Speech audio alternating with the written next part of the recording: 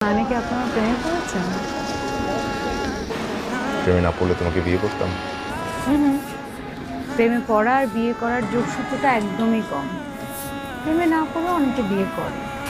হুম, এটা একটা calculative risk. মানুষজন ভাবে বিয়ের পর যেহেতু এক ছাদের নিচেই থাকবে, তাহলে এই দুই মানুষের প্রেম হয়েই যাবে। আর যদি প্রেমটা না হয়?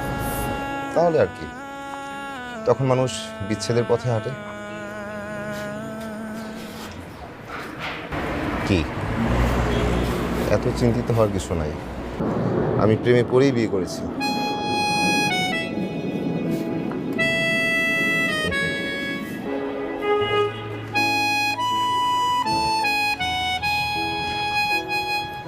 আজকের দিনটা সুন্দর, তাই না?